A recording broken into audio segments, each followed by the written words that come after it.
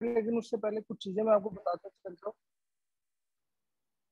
कि जो आपने मतलब पेपर अटेम्प्टिंग में कोई भी पेपर हो, इसमें पेपर अटेम्प्टिंग की जब बात करूंगा, इसमें ऐसे और प्रेसी का पेपर नहीं आता। उसमें एक डिफरेंट स्ट्रेटेजी होती है। जाहिर बात है, आपको पता ही है, ऐसे में ऐसे लिखना है, तो उसमें कोई वैसी प्रेजेंटेशन की जरूरत नहीं है। इसी तरह जो प्रेसी का पेपर है उसमें भी ऑब्जेक्टिव टाइप ज्यादा होता है, तो उसमें भी जरूरत नहीं। जो बाकी 10 पेपर है उसमें मोर एंड लेस एक ही तरह की प्रेजेंटेशन चलती है, और वो ही मतलब आप फॉलो कर सकते हैं। सबसे पहली जो बात है वो आपने ये बात ध्यान में रखनी है सॉरी, जो सबसे जरूरी चीज है वो है आपकी रेलिवेंस। आपका जो आंसर है वो रेलिवेंट होना चाहिए। जो उसने सवाल पूछा है बस वही बताना है। इसका एक जो मतलब तरीका कह लें या कुछ भी कह लें, आप ये इमेजिन कर सकते हैं, मतलब कि कोई भी सवाल हो ना, मतलब प्रैक्टिस करते हुए ये चीज ये में रखा करे कि वो एग्जामिनर आपके सामने बैठा हुआ है, ठीक है, वो आपको जुबानी पूछ रहा है, ओरली पूछ रहा है आपको एक सवाल। सही है। फॉर एग्जाम्पल वो आपको कुछ भी पूछता है कि एग्जाम्पल के तौर पे ले लेते हैं कि क्लाइमेट चेंज को हद मतलब सोल्यूशन क्या है क्लाइमेट चेंज के। फॉर एग्जाम्पल एक सिंपल सा सवाल है, ठीक है, मैंने आपसे सवाल पूछा कि भाई बताओ क्लाइमेट चेंज को काउंटर कैसे करना है। तो अब मेजोरिटी करती ये है कि वो शुरू होगी क्लाइमेट चेंज से, क्लाइमेट चेंज की हिस्ट्री बताना शुरू हो जाएगी, फिर बताएगी कि क्लाइमेट चेंज क्या है, किधर कितना इम्पैक्ट हो रहा है, क्या हो रहा है, क्या हो रहा है। तो 3-4 सफे इस तरह लिखे, फिर एंड पे 2 सफों पे सोल्यूशन लिख के जवाब खत्म कर देंगे। सही है। तो इस तरह का जो निज़ाम है वो चलता नहीं है इसमें। 1 मिनट दीजिए, 1 मिनट दीजिए, ये उनके पास रहेगा जब लिखूंगा। ठीक है। आवाज आ रही है ना उनको? उधर से है कितनी बात है? चलो ठीक है। तो आपने करना ही है कि सबसे पहली जो चीज आपने अपने जहन में रखनी है वो रेलिवेंस रखनी है। ये सबसे जरूरी चीज है। ठीक है। कोई भी पेपर आएगा जैसा भी होगा, ठीक है, सवाल आपका रेलिवेंट होना चाहिए। अभी बाद में आएंगे इस तरफ के लेंथ कैसे पूरी करनी और क्या नहीं करना, वो चीजें बाद की बात है। तो सबसे जरूरी चीज होगी रेलिवेंस। उसके बाद जो दूसरी इंपॉर्टेंट चीज आएगी वो आपकी हेडिंग्स आएगी। हेडिंग्स बहुत जरूरी है। ठीक है, किसी भी पेपर में, मतलब ऐसे और उसको छोड़ के हेडिंग्स का आपने खास तौर पे ख्याल रखना है। हेडिंग्स के अंदर 2-3 चीजें आपने अपने जहन में रखनी है। सबसे पहली चीज ये है कि हेडिंग जो है ना वो ऐसी होनी चाहिए कि सेल्फ एक्सप्लेनेटरी हो। सही है। सेल्फ एक्सप्लेनेटरी से मुराद ये है कि मैं अगर हेडिंग पढ़ूँ ना आपकी, ठीक है, तो मुझे आइडिया हो जाए मोर और लेस कि आप नीचे उस पैराग्राफ में क्या लिखना चाह रहे हैं।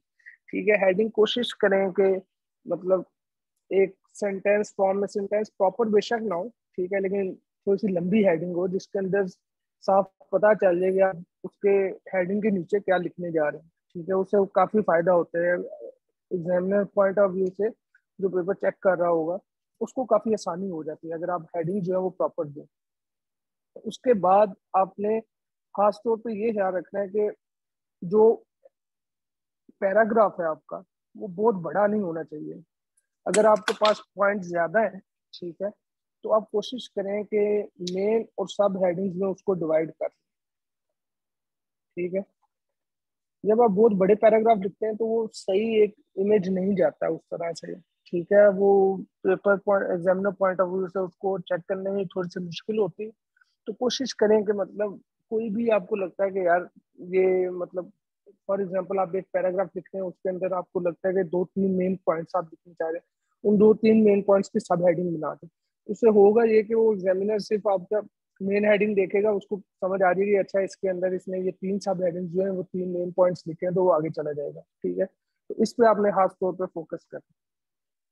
तीसरी जो मेन चीज है वो आ जाती है टाइम मैनेजमेंट।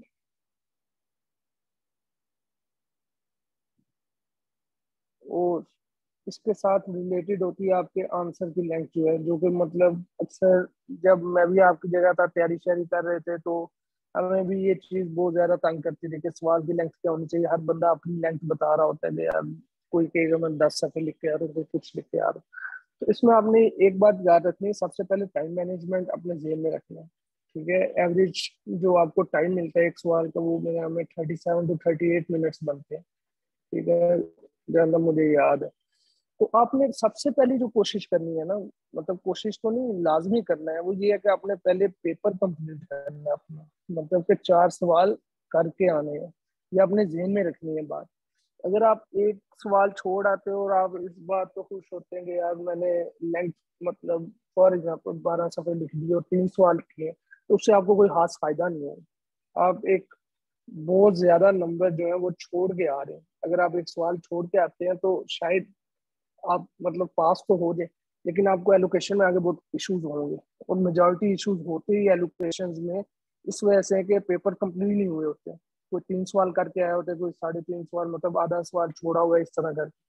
उसके बाद आती है आपकी लेंथ। अब लेंथ के बारे में डिफरेंट फिलोसफीज है या मतलब पॉइंट ऑफ व्यूज हैं, ठीक है। कोई कहता है कि कम लिखना चाहिए, कोई कहता है ज्यादा लिखना चाहिए, ठीक है। It is up to you, लेकिन आपने इसमें सिर्फ एक बात याद रखनी है, लेंथ कम हो या ज्यादा हो, वो रेलिवेंट होना चाहिए, ठीक है। अगर आप रेलिवेंट रहते हुए जितना ज्यादा लिख सकते हैं लिखें, उससे आपको कोई मना नहीं करता, ठीक है। वो अच्छी बात है, आपके पास आर्गुमेंट ज्यादा है, रेलिवेंट आर्गुमेंट ज्यादा है, आप वो सब लिख के हैं, कोई इशू नहीं।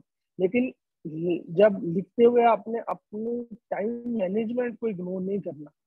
और टाइम मैनेजमेंट आपको आएगी प्रैक्टिस के साथ। अक्सर ऐसे होता है कि आपके पास ना मतलब आर्गुमेंट्स बहुत ज्यादा होते हैं, एक सवाल आ जाता है जो आपको बहुत अच्छा आता होता है, तो हम करते क्या है कि उसको लिखने के चक्कर में ना 1 घंटा उसी पे लगा देते हैं पेपर में, जिसकी वजह से बाकी जो सवाल है ना उसमें फर्क आ जाता है, टाइम उस तरह से नहीं मिलता। इस तरह नहीं करना आपने। जब एक सवाल के लिए 37 to 38 मिनट्स या 40 मिनट्स कर लेते हैं, तो आपने सोच लिया कि मैंने इतने एक सवाल पे सिर्फ ये मार्क टाइम रखना है, तो आप कोशिश करें कि उसी के अंदर पूरा करें। और ये चीज ज्यादा आर्गुमेंट्स को कम लेंथ में कैसे इनकॉर्पोरेट करने, ये आपको प्रैक्टिस के साथ आएगा। उसमें डिफरेंट तरीके होते हैं। आप 2 पॉइंट्स को एक साथ लिख देते हैं एक ही हेडिंग में, मतलब क्लब इन कर देते हैं, या फिर आप पैराग्राफ छोटे करके, तो ये आपको प्रैक्टिस के साथ चीजें आएंगी। इसके अलावा पेपर अटेम्प्टिंग में जो बात आती है वो राइटिंग का अक्सर पूछते हैं कि यार राइटिंग अच्छी नहीं है या नहीं।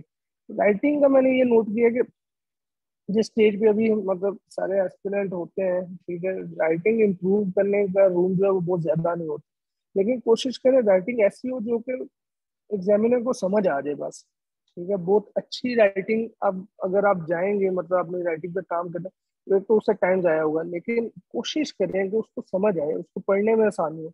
अगर उसको समझ नहीं आ रही तो बस एक बात याद रखें कि उसको इतना टाइम नहीं है कि मतलब वो कोशिश करके समझेगा कि अच्छा भाई इन्होंने क्या लिखा, ठीक है। तो ऐसा नहीं होता। राइटिंग बस ऐसी होनी चाहिए कि जो उसको समझ आ जाए आसानी से, और उसमें राइटिंग के साथ साथ आपको हेडिंग्स काफी हेल्पफुल होती हैं। हेडिंग्स का ये होता है कि अगर उसको हेडिंग समझ आ जाती है तो उसको आइडिया हो जाता है, ठीक है।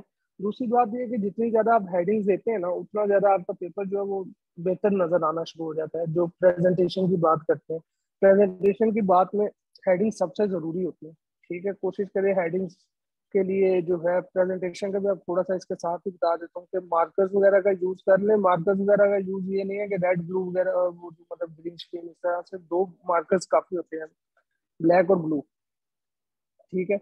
और उसमें कोशिश करें ब्लैक एंड ब्लू का मार्कर का ऐसे यूज करना है कि आपका जो मेन और सब हेडिंग्स है ना, ठीक है, उसमें साफ उस फर्क नजर आना चाहिए, ठीक है।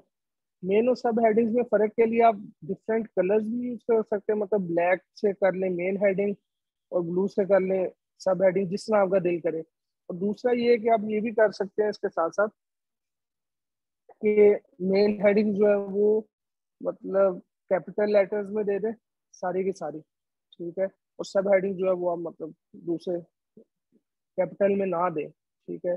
इसलिए जिस तरह आपकी मर्जी है, इसमें कोई मतलब हार्ड एंड फास्ट रूल नहीं है, ठीक है। बस उसको ये समझ आनी चाहिए कि ये मेन हेडिंग है सब हेडिंग है, ठीक है, उसको ढूंढना ना।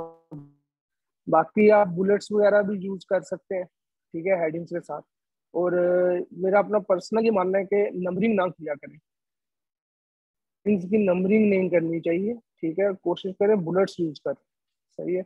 वो डिफरेंट, वो बेहतर है नंबरिंग से, ठीक है। ये मेरा अपना पर्सनल व्यू है, कोई ये नहीं है कि एफपीएससी ने कहा हुआ है, लेकिन ये बेहतर होता है कि आप नंबरिंग कर लें, नंबरिंग ना करें, सॉरी, नंबरिंग ना करें बल्कि बुलेट्स यूज करें। उसके अलावा ऐसा कोई उस तरह की चीज नहीं बचती। लेकिन एक दो मतलब टिप्स का लिए या जो भी है, ठीक है, कोशिश करें कि जब आप पेपर अटेम्प्ट करते हैं, मतलब वो सवाल चूज करते हैं, क्वेश्चन पेपर आपके सामने आता है, ठीक है, तो ये अपना अपना होता है। इसमें ये नहीं है कि मतलब जो मैं तरीका बताना जा रहा हूँ ये सब फॉलो करें, जिस तरह आप इजी है। एंड गोल ये है कि हमने पेपर पूरा करना है, ठीक है। तो कोशिश करें कि सबसे पहले जब आपके पास पेपर क्वेश्चन पेपर आए, ठीक है, तो आप सवाल तो चूज करेंगे, सही है, सवाल चूज करेंगे। जो चॉइस ऑफ क्वेश्चन है वो बहुत सिग्निफिकेंट है, ठीक है। ये पेन कैसे चेंज हो गया, कलर चेंज करें, अच्छा सही, ठीक है। तो चॉइस ऑफ क्वेश्चन जो है वो काफी सिग्निफिकेंट होती है, ठीक है। चॉइस ऑफ क्वेश्चन से मुराद ये है कि कोशिश करें वो सवाल करें। सबसे पहले तो असूल वही है जो शुरू से हम सुनते आ रहे हैं, तो जो सबसे अच्छा आता है वही करेंगे। लेकिन कोशिश करें कि जो कम्पेटिटिव एग्जाम है, ठीक है, तो इसमें ज्यादा बेहतर ये होता है कि जो प्योर उस फील्ड का क्वेश्चन होता है ना, या उस सब्जेक्ट का क्वेश्चन होता है, उसको मतलब मैं रिकमेंड करूंगा कि आप वो अटेम्प्ट करें, सही है। इसमें एक एग्जांपल देता हूँ कि पाकिस्तान अफेयर्स का जो पेपर है जैसे, ठीक है, उसमें हम अक्सर देखते हैं कि वो सिर्फ एक या दो सवाल आजकल हिस्ट्री वाले पोर्शन से दे रहा है, जो कि हम अक्सर तैयार नहीं करते कि यार मेजोरिटी तो उसमें वो करंट अफेयर्स आता है तो वो कर लेंगे। लेकिन मैंने ये देखा है कि जो पाकिस्तान अफेयर्स के पेपर में जो हिस्ट्री वाले सवाल अटेम्प्ट करते हैं तो आपके नंबर बेहतर आते हैं, ठीक है। जरा बता दें। सही है, पाकिस्तान अफेयर में इसी तरह मतलब डिफरेंट होते हैं। जैसे जेंडर स्टडीज ले लें, ठीक है, जेंडर स्टडीज में भी वो अक्सर करंट अफेयर से रिलेटेड सवाल पूछने का कोई ना कोई इवेंट हुआ होता है। तो ये कोशिश करें कि ये सवाल अगर तो मजबूरी है, मतलब कोई दूसरा नहीं आता फिर तो करेंगे, फिर तो कोई ऑप्शन नहीं है। लेकिन अगर ऑप्शन है आपके पास तो कोशिश करेंगे जो प्योर जेंडर स्टडीज के सवाल हैं, जैसे मूवमेंट्स पे आ गया, ठीक है, या जेंडर बेस्ड वायलेंस पे आ गया, कुछ इस तरह के सवाल आते हैं, ठीक है, उनको रिकमेंड करूंगा मैं कि आप वो अटेम्प्ट करें, ठीक है। सबसे पहले तो आपने चॉइस ऑफ क्वेश्चन। दूसरा जो आता है उसमें है कि जब आपने देख लिया कि यार ये सवाल मैं करूंगा, ठीक है, कोशिश करें कि एक रफ आउटलाइन बना लिया करें, ठीक है।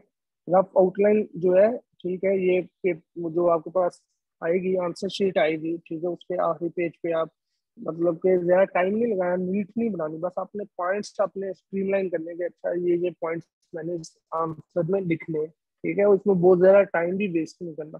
पर क्वेश्चन आप कह लें 1 या 2 मिनट, ठीक है, आपने देने हैं इसको, ताकि आपको आइडिया हो कि आप किस तरह से सवालों को लेके चलेंगे। तो इसके लिए आपने रफ आउटलाइन सी बना लेनी है इसके लिए।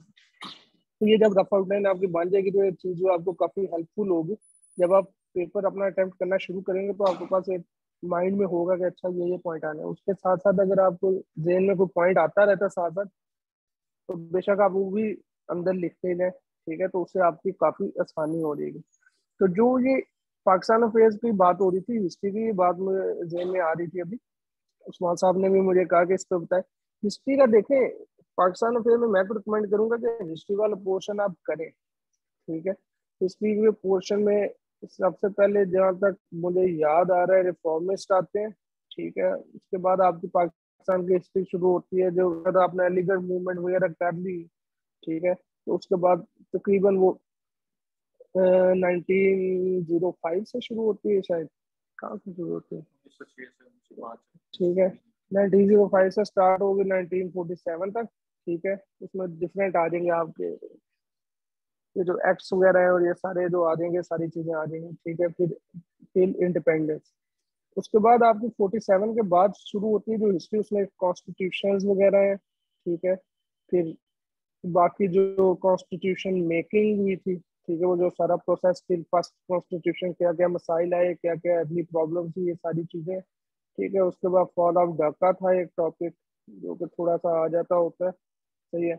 उसके बाद जो डिफरेंट सिनेरियोज बनते हैं इंडिपेंडेंस के बाद, वो ज्यादातर नहीं पूछता, वो पॉलिटिकल सवाल आपसे नहीं पूछेगा, ठीक है, कि मतलब किस पार्टी ने क्या किया, स्पेशली 90s वाली जो थी 2000 में वार ऑन टेरर तो पूछ सकता है, लेकिन ये नहीं पूछेगा कभी भी, वो पॉलिटिकल सवाल आपसे नहीं करता, ना ही आपको कहेगा कि पॉलिटिकली किसी पार्टी की साइड हो, ठीक है। वो किसी पॉलिसी का तो पूछ सकता है लेकिन पॉलिटिकल नहीं पूछ सकता, सही है। तो इसलिए इस पे आपने फिर ज्यादा टाइम नहीं लेना, ठीक है, आप वार ऑन टेरर जरूर करें, इस तरह की इस्लामाइजेशन जो है जिया वाली वो करें, उस पर सवाल आ जाता है। ठीक है, लेकिन जो इस्लामाइजेशन वाला सवाल अगर आता है, अगर तो देखें वो खाली ये पूछता है कि बताओ स्टेप्स कौन कौन से लिए गए थे इस्लामाइजेशन, तो वो करें। लेकिन अगर वो एनालिसिस पूछता है कि सही थे या गलत थे, तो मैं रिकमेंड करूंगा कि आप ये सवाल ना कीजिएगा। ठीक है, थोड़ा सा कंट्रोवर्शियल हो जाता है, आपको नहीं पता कि जो पेपर चेक करने वाला कुछ माइंडसेट का बंदा है। ठीक है, तो इस तरह के सवाल नहीं करते। तो ये जो बात है थोड़ी सी कि कंट्रोवर्शियल सवाल, मतलब इस तरह से कंट्रोवर्शियल एज सच के जिसपे एग्जामिनर पे ज़्यादा डिपेंड करे कि वो उसकी सोच पे डिपेंड करे कि आपको क्या मार्क्स अच्छे मिलेंगे या नहीं। तो मैं कोशिश खुद ये करता था कि ऐसे सवालों को अवॉइड किया जाए। ठीक, इसी तरह पाक फेज में आपने एंटी स्टेट उस तरह का कोई एनालिसिस नहीं देना है। एंटी स्टेट से मुराद ये नहीं कि आप क्रिटिसाइज नहीं कर सकते, कोई भी एजुकेशन पॉलिसी या कुछ भी आता है आप उसको क्रिटिसाइज करें। ठीक है, एंटी स्टेट से मुराद को इस तरह का नहीं देना। मुझे भी याद है मैंने एक दो पेपर चेक किए थे जिसमें मतलब कि ये एस्पिरेंट्स ने भेजे थे मैं, तो वो काफी ज्यादा एंटी स्टेट हो जाता है कि for example fall of Dhaka में वो कहते हैं कि पान आर्मी का रोल था, ये चीजें थी, वो चीजें थी। ठीक है, हिस्ट्री मतलब जो भी है हमने उसको नहीं देखना, लेकिन इस समय का एक्सट्रीम स्टांस नहीं रखना आगे। ये कुछ मेन चीजें थी जो कि मेरे जहन में थी, तो मैंने सोचा कि पहले ये बता दूं। अब इसके अलावा जो कुछ सवाल है आपके, मेथडोलॉजी क्या है, सोर्सेज वगैरह नेक्स्ट पहले के सवाल सवाल भी और उनके कि वो साथ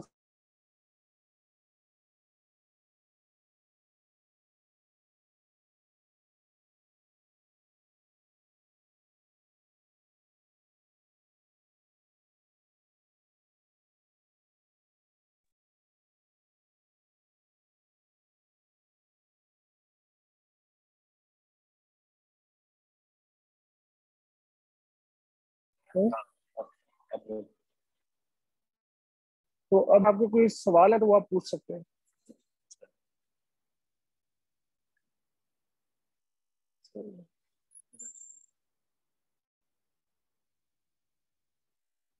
जो क्वेश्चन हैं आपके तो पूछ लें। अस्सलाम वालेकुम सर। यार क्वेश्चन तो यही है वालेकुम अस्सलाम जी जी, पूछो। सर मेरा एक क्वेश्चन है।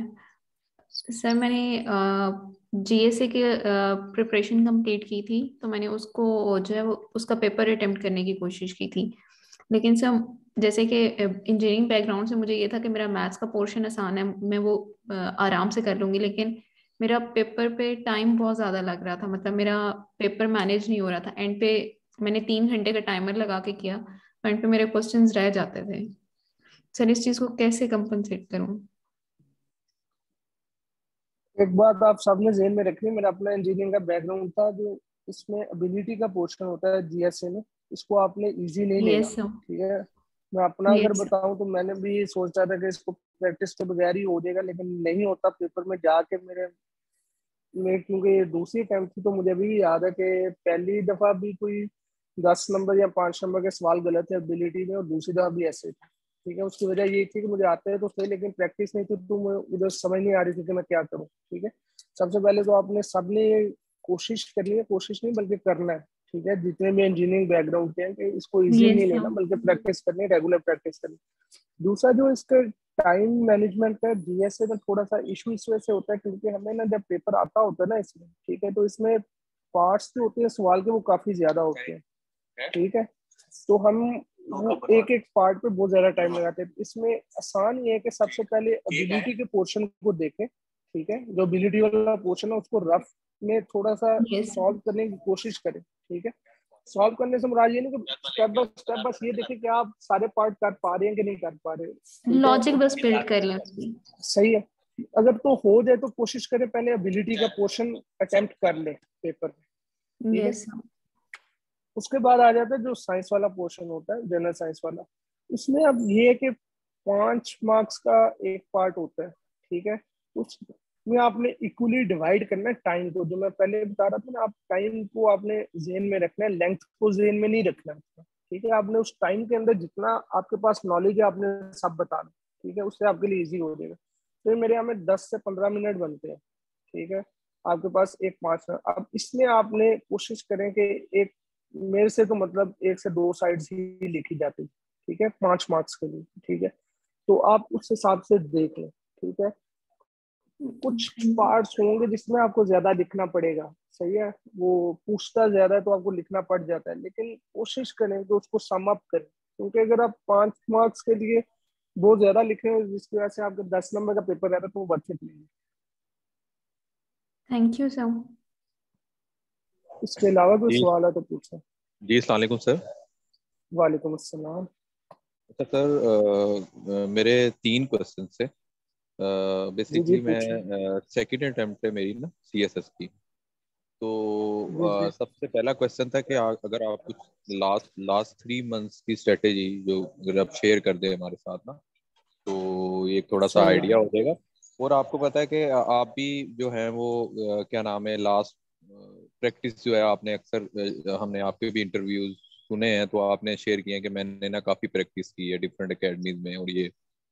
तो सर ये थोड़ा सा बता दें कि प्रैक्टिस जो है, अब अगर हम इंडिविजुअल प्रैक्टिस पे चले जाएं, पहली बात है कि टीचर मतलब आपको नहीं मिलते। अगर आप फर्स्ट ईयर पॉलिटिकल साइंस है या यूएस हिस्ट्री है, अगर आप इंडिविजुअल चेकिंग करवाने जाएं टीचर से ना, तो आपको उस टाइप की जो है वो मतलब टीचर नहीं मिलते।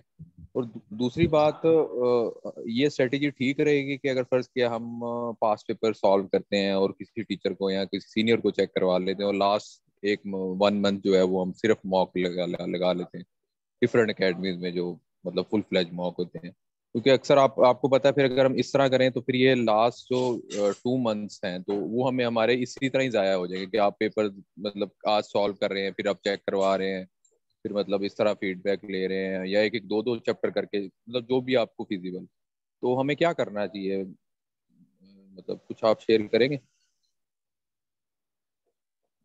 तो इनका ये सवाल था कि आदि मतलब ये जो टाइम रहेगा, जैसे फेब में पेपर है मेरे यार में इस दफा, तो फिर क्या इसमें मतलब अपना रखना चाहिए टाइम टेबल वगैरह ये सारा कुछ।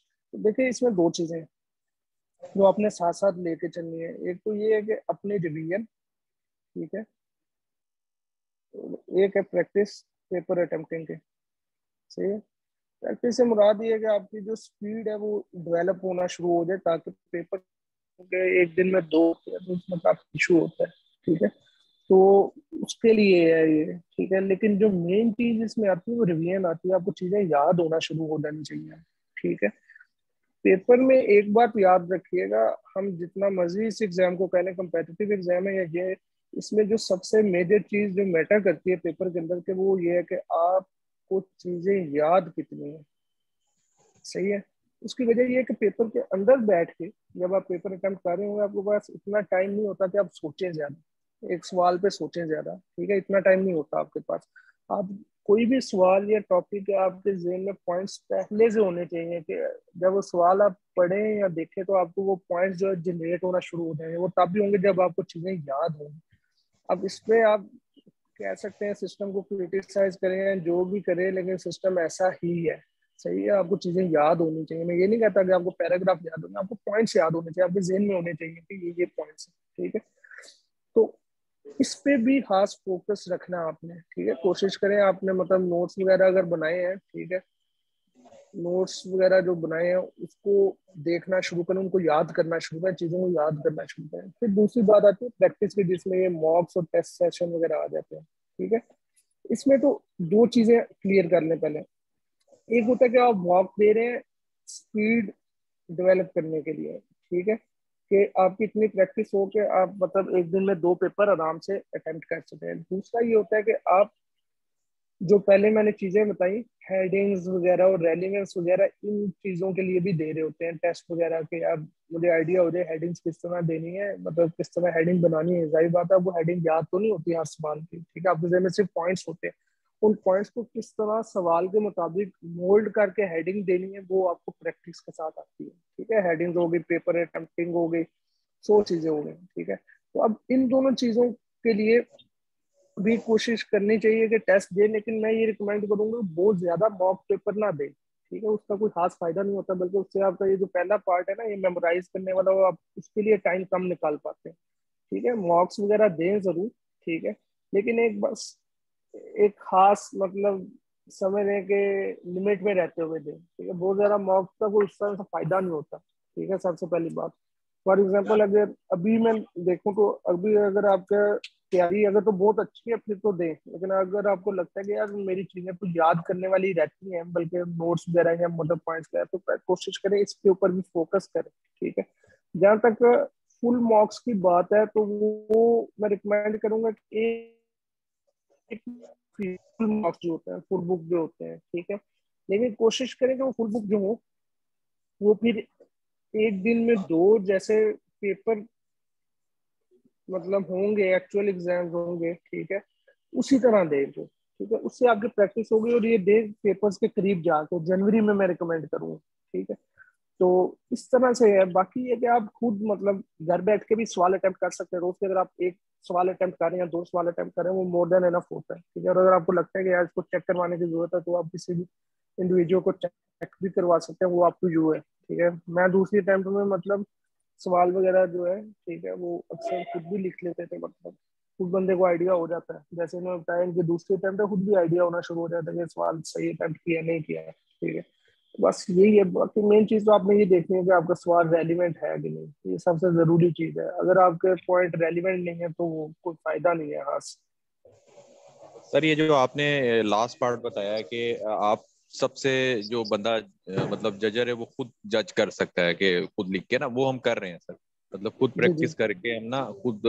लेकिन सर ये किस तरह पता लगता है कि आप फर्क किया? अब मैंने ना मतलब क्वेश्चन लिखा, रेलिवेंट लिखा, ठीक है, अब मैंने एक टीचर के जी पास जी गया, उन्होंने कहा नहीं आप ना फर्ज किया पॉलिटिकल साइंस का एक क्वेश्चन लिखा है, तो उन्होंने कहा कि आप ना सिर्फ जूड हारमन की बात ना करें, आप ना अपनी थोड़ी सी रीडिंग वाइड करें। अब मैंने वही क्वेश्चन एक दूसरे पॉलिटिकल साइंस के दोस्त को चेक कराया, उसने कहा कि यार आपने बहुत अच्छा लिखा हुआ है, आपकी प्रेजेंटेशन हाँ भी ठीक है। पता फिर सर किसकी माने? दोनों सीएसपी है। अब ये खुद पे रिलाई करें या उस बंदे की माने जिसने कहा है कि नहीं आपने अच्छा आंसर लिखा है, या फिर जिसने कहा कि नहीं यार आप थोड़ी सी ना रीडिंग वो और वाइड करें, आप ये चीज ऐड करें वो चीज ऐड करें, तो फिर सर ये बड़ी कंफ्यूजन हो जाती है। और एक एक आपने पहला आपने एक क्वेश्चन एड्रेस किया है कि आप जो है ना वो क्या नाम है चीजें ना तैयार करके जाएं। अब अक्सर लोग कहते हैं कि भाई नहीं, इस तरह नहीं होता कि ये सीएसएस ये एग्जाम नहीं है कि आप तैयार करके जाएं और आपको ऑन द स्पॉट चीजें करनी होंगी। ये नहीं होता कि आप पहले तैयार करके पॉइंट चले जाएं, आप उधर वही आ जाएंगे। आपकी इतनी एबिलिटी होनी चाहिए कि आप उधर ही जाके सॉल्व करें। तो सर ये भी थोड़ा सा बता दें कि मतलब मतलब चीजें तो हमने रिवीजन कर ली है, चीजें पता है ब्रेन में है, और लेकिन ये वाला जो पार्ट है कि मतलब ऑन द स्पॉट जाके कि नहीं ये पॉसिबल ही नहीं है कि आप जो है ना कि अगर आप ये एक्सपेक्ट कर रहे हैं कि आप चीज तैयार करके जाएंगे और उधर जाके वो मतलब लिख लेंगे, तो इसका भी सर थोड़ा सा बता दें। जो दूसरी बात की ना आपने, वो आप थोड़ा सा गलत समझ गया। ये मतलब नहीं है कि मतलब जो आप याद करेंगे या तैयार करेंगे सवाल वैसा ही आ जाए। ठीक है, मैं ये कह रहा हूँ कि आपके जिन में पॉइंट्स होने चाहिए। जी एग्जाम्पल जी की सवाल है, ठीक है, जी मतलब कि आपने कोई अभी पॉलिटिकल साइंस की बात की, आपने कोई फिलोसफर तैयार किया हुआ, ठीक है, जी अरिस्टोटल था या कोई भी था, सही है, आपके जेहन में वो सारी उसकी फिलोसफी जो है, ठीक है, उसके ऊपर क्रिटिसिज्म क्या था, ठीक है, ये सब चीजें पॉइंट्स आपके जेहन में होने चाहिए। मैंने दरमियान में एक बात की थी कि पॉइंट्स होने चाहिए आपके जेहन में, आर्गुमेंट्स होने चाहिए। ठीक है, उन जी आर्गुमेंट्स को सवाल के मुताबिक किस तरह उन आर्गुमेंट्स को हेडिंग के अंदर कन्वर्ट करना है, ये आपको प्रैक्टिस सिखाती है। सही है, पेपर में जी आप सिर्फ ये कर रहे होते हैं, आप अपने नॉलेज को मोल्ड कर रहे होते हैं। ठीक है, आप खुद सोचें कि एक चीज तो आपको आती नहीं है, वो पेपर में कैसे याद आ जाएगी। सही है, ऐसे जी नहीं जी हो बिल्कुल सकता ना। ठीक है, बिल्कुल जी, नहीं ये पेपर में तो वही चीज आप लिखेंगे, सोच के लिखेंगे या मोल्ड करके लिखेंगे जो आपको पहले से आपके जेहन में।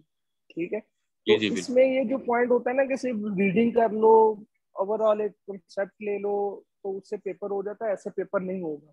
ठीक है, हाँ आपके पास टाइम ज्यादा हो तो आप कर लेंगे।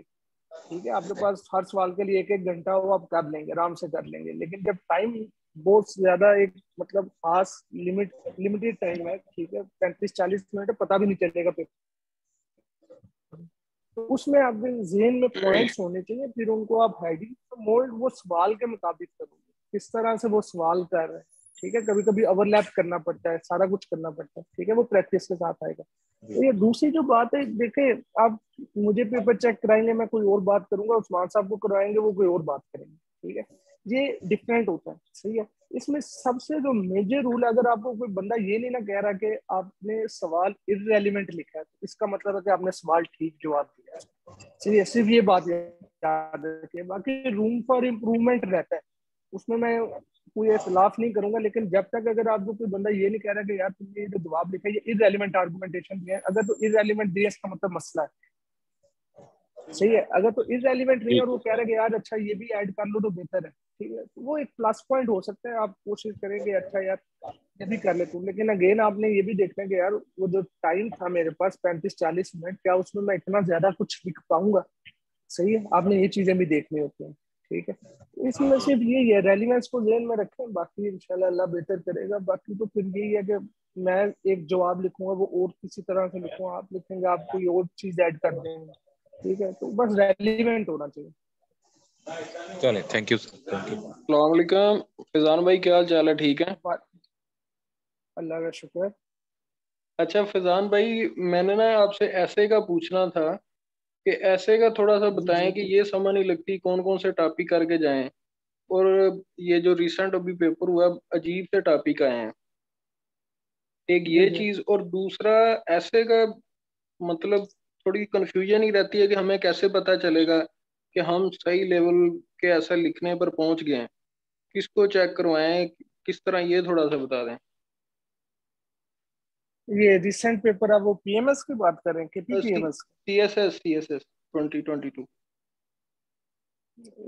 वो पेपर में जेन में नहीं है अभी, ठीक है, वो लेकिन डिजिट, ऐसे का ओवरऑल मैं बता दूं, जी जी बताएं। ठीक है, ऐसे का ओवरऑल मैं थोड़ा सा आपको बता देता हूँ कि मतलब जो मुझे, वैसे तो खुद मैं कोई ऐसे में एक्सपर्ट नहीं हूँ, एक दफा मैं खुद भी फेल कर चुका हूँ, लेकिन जो गलतियां मुझे मतलब ऐसा लगता है कि यार हो जाती हैं इंसान से, अब आप कहेंगे कि बार बार एक ही बात हो रही है, लेकिन सबसे जो मेजोरिटी जो फेल करती है वो रेलिवेंस की वजह से करती है, ठीक है, हम बिल्कुल। ऐसे के टॉपिक को समझ नहीं पाते, ठीक है।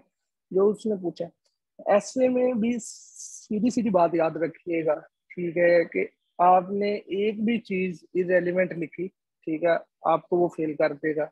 अगर उसका दिल अच्छा है तो शायद पास कर दे, वो अलग बात है, ठीक है। एक भी आर्गुमेंट आपका इरेलीवेंट हुआ, सही है, आपको फेल कर, ठीक है। ठीक दूसरी इसमें जो बात है ना यार, डिफरेंट मतलब के तरीके हैं लिखने के, हर टीचर का अपना है, ठीक है, तो उससे मतलब फर्क नहीं पड़ता, हर टीचर के बच्चे पास होते हैं, कोई किसी मेथड से पास हो रहा है, कोई किसी से पास है, कोई इंट्रोडक्शन से फर्क नहीं पड़ता, ठीक है। इसमें जो फर्क पड़ता है वो ये है कि आपकी ग्रामर कैसी है, अगर ग्रामर की गलती है वो आपको पास नहीं करेगा, ठीक है। ग्रामर है। का इंसान को खुद आइडिया हो जाता है, सीधी सी बात है, ठीक है, आप लिखते हैं, आप चेक जी करते हैं, जी आपको खुद आइडिया होना शुरू हो जाता है यार ये गलती हो रही है, अगर तो इसकी गलती है तो इस पर काम करें, ठीक है, इसके बगैर गुजारा नहीं है आपका, सही है। फिर जी इसी तरह स्पेलिंग आ जाते हैं, छोटी छोटी चीजें जो कि हम इग्नोर कर देते हैं, स्पेलिंग आ जाते हैं, ठीक है। सबसे पहले रेलिवेंट, आपके आर्गूमेंट रेलिवेंट है कि नहीं, फिर ये ग्रामर, स्पेलिंग। जो तीसरी जी बात है ना वो कैब की, वो कैब इतनी मैटर नहीं करती, वो कैब बस ठीक है होनी चाहिए, लेकिन ये नहीं है कि वो बहुत मुश्किल वर्ड आप यूज करेंगे तो आप ऐसे पास कर लेंगे, उससे कोई फर्क नहीं पड़ता। और ना ही जी। सेंटेंस स्ट्रक्चर कम्प्लेक्स करने से फर्क पड़ता है, ठीक है, हम्म। सिंपल सेंटेंस स्ट्रक्चर रखें, सिंपल वो कैब जैसी मतलब आम ये थोड़ी सी किताबें किताबें पढ़ के डेवलप हो जाती है, बस उतनी का, ठीक है, उससे फर्क नहीं पड़ता। उसके अच्छा। अलावा मेन आता है यार 2500 वर्ड्स पूरे करने हैं कि नहीं करने हैं, ठीक है, उससे भी कोई खास मतलब पैटर्न नहीं है, जी कुछ कहते हैं जी हम 1600 लिखे हैं हम पास हो गए, कुछ 1200, लेकिन मेरा ये मानना है कि 2000 जो है ना ये एक सेफ है, मतलब लिमिट है, इधर तक अगर आप पहुंच गए तो लेंथ की वजह से आपको फेल नहीं करेगा। जी। अच्छा फैजान भाई, मुझे ना प्रैक्टिस पूछिए का सवाल। बताइएगा। ऐसे जी जी। ऐसे और प्रैक्टिस आप किस तरह करते थे? मतलब ऐसे वीक में एक लिखते थे, दिन में अगर देखें मसला ये होता है, अगर वोकैब तैयार करने बैठते हैं 20 लफ्ज या इडियम, तो 1.5-2 घंटा लग जाता है, और अगर साथ प्रेसी या इस तरह कर लें तो 2-3 घंटे लग जाएं।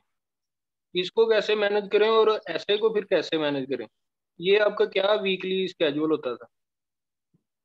यार सबसे पहले जो ये है ना कि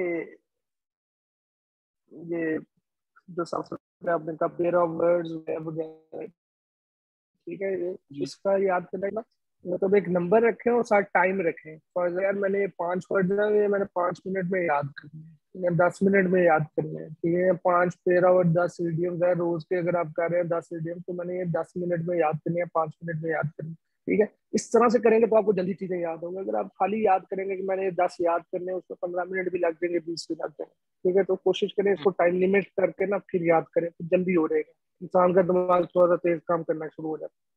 दूसरी बात आपने पूछी ऐसे की प्रैक्टिस की, ऐसे की प्रैक्टिस का यार ये है, देखो अगर तो आपको स्पीड का इशू नहीं है ना, आपको पता कि हाँ मैं 3 घंटों में मतलब आराम से ये 2000 तक पहुंच जाऊँ, कि पूरा ऐसे लिखने की हर रोज जरूरत नहीं, ठीक है। अच्छा, खाली इंट्रोडक्शन और आउटलाइन लिखा करें, सही है। डेली लिखें? इंट्रोडक्शन और आउटलाइन काफी है, एक दिन छोड़ के लिख लें, सही है।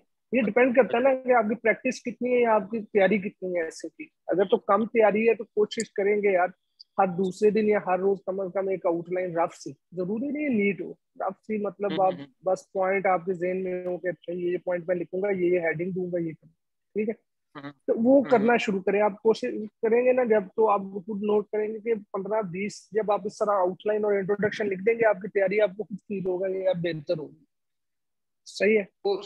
तो इस तरह फिजान भाई, एक पता नहीं चलता कि ऐसे की कौन कौन सी थीम तैयार करें। अगर थीम तैयार भी कर लेते हैं, उसमें एग्जैक्ट टॉपिक कौन से तैयार करें? ये तो किसी को पता नहीं ना चला, अगर पता चले तो फेल ही रहा होगा। ये तो नहीं नहीं, पता इसका भी चलता, क्या ये तो नेचर आपका है कि मतलब आप कैसे करते थे या किससे पढ़ते रहे हैं, ये तो थोड़ा सा बता दें।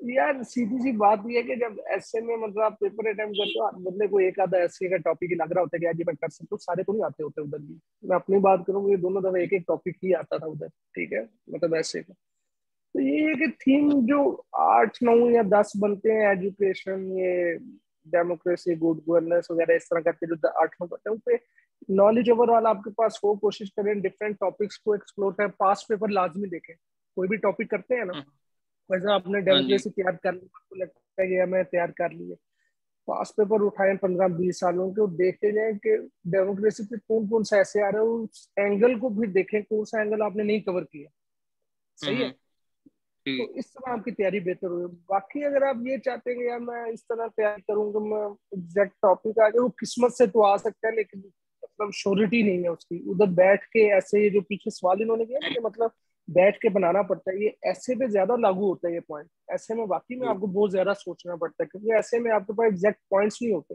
लेकिन बाकी जो पेपर्स होते हैं, इस्लाम या पाक में, करंट अफेयर, इस तरह के जो सारे होते हैं, जेंडर स्टडीज वगैरह, इसमें तो आपके पास पॉइंट जेन में होते हैं ना, उधर कोई नया टॉपिक तो नहीं वो अंदर से खोलेगा, ठीक है। तो इसलिए बिल्कुल। ऐसे में आपको थोड़ा सा ये चीज पे काम करना पड़ता है, उधर बैठ के पेपर।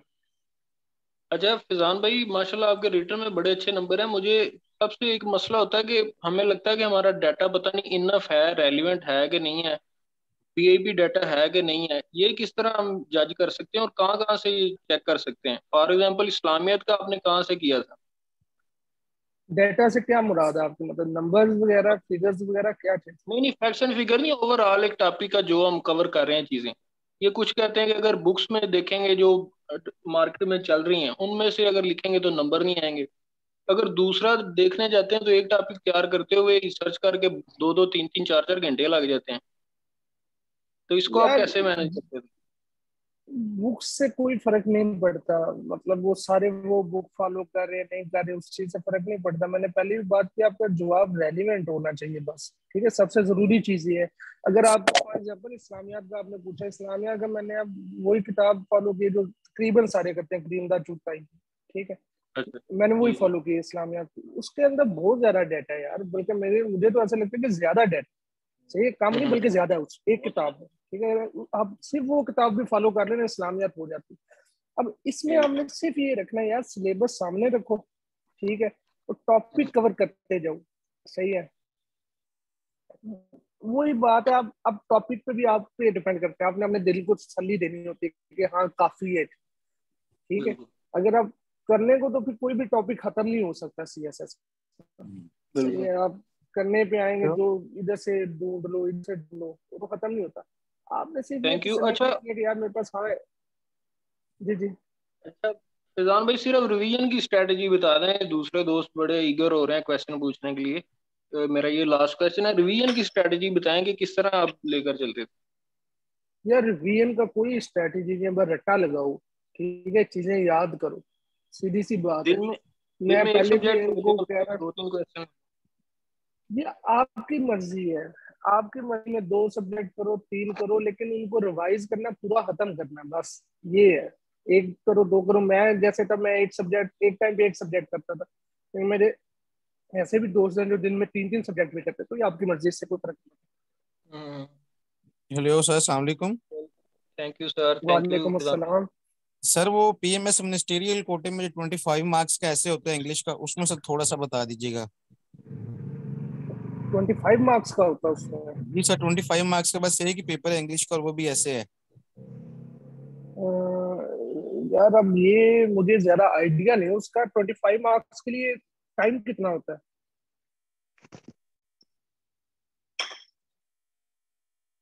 आवाज आ रही है आपको? हेलो। जी जी सर, आवाज आ रही है। मैं कह रहा हूँ टाइम कितना होता है? Sir 1 hour 25 marks. Sir, 60 one minutes. Hour होता है। और उसके ऊपर कोई इंस्ट्रक्शन दी होती है उन्होंने, मतलब? नहीं सर, वो बस 5 टॉपिक्स दिए हुए थे, लिखा था कि राइट ए शॉर्ट ऐसे 300 वर्ड्स। अब उसमें ये बता दें कि आउटलाइन बनानी चाहिए कि नहीं, और वाकई वो 300 वर्ड्स का ही होना चाहिए थोड़ा सा, मतलब उसके एक ही पेपर होता है और उसी ने डिसाइड करना होता है। यार देखो, अगर तो 300 वर्ड्स है ना, तो मेरे ख्याल में तो होने चाहिए। ठीक है, 1 घंटे में 300 वर्ड लिखना कोई मतलब मुश्किल नहीं है। ठीक है, 300 वर्ड तो जल्दी हो जाते हैं। सही है, पहली बात तो ये। ठीक है।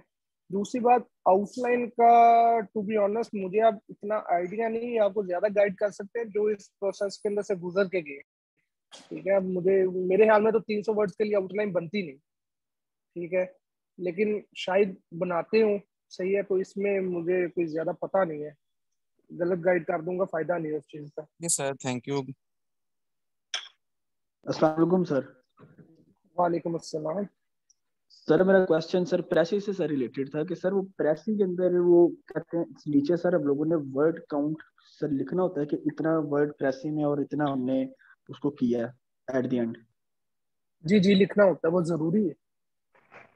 ठीक होगा तो सर प्रेसी के लिए सर कुछ टेक्निक्स को टिप्स सर बता दें, क्योंकि सर प्रैक्टिस सर काफी करते हैं, वो वैल्यूएशन वगैरह भी करवाते हैं, लेकिन सर फिर भी जो है ना समटाइम्स ऐसे होता है कि पास्ट प्रेसिस को देख के जो है ना वो कुछ वर्ड्स ऐसे हैं जो सर अभी तो ऑनलाइन सर उसको देख लेते हैं गूगल से, लेकिन सर ऑन स्पॉट पेपर के अंदर ऐसा हो सकता है कि सर को क्वेश्चन वो कोई वर्ड का सर मीनिंग ना आता हो, ये जिसके वजह से हम कंप्रीहेंड ना कर सके, तो सर इसका क्या तरीका कार है। यार कोई तरीका का नहीं, फिर मेरी तरह यही है, आप यहाँ पे तुक्का लगाएंगे तो यहाँ फिर आप वो चीज ही मिस कर जाएंगे। उसके अलावा तो कोई तरीका नहीं है।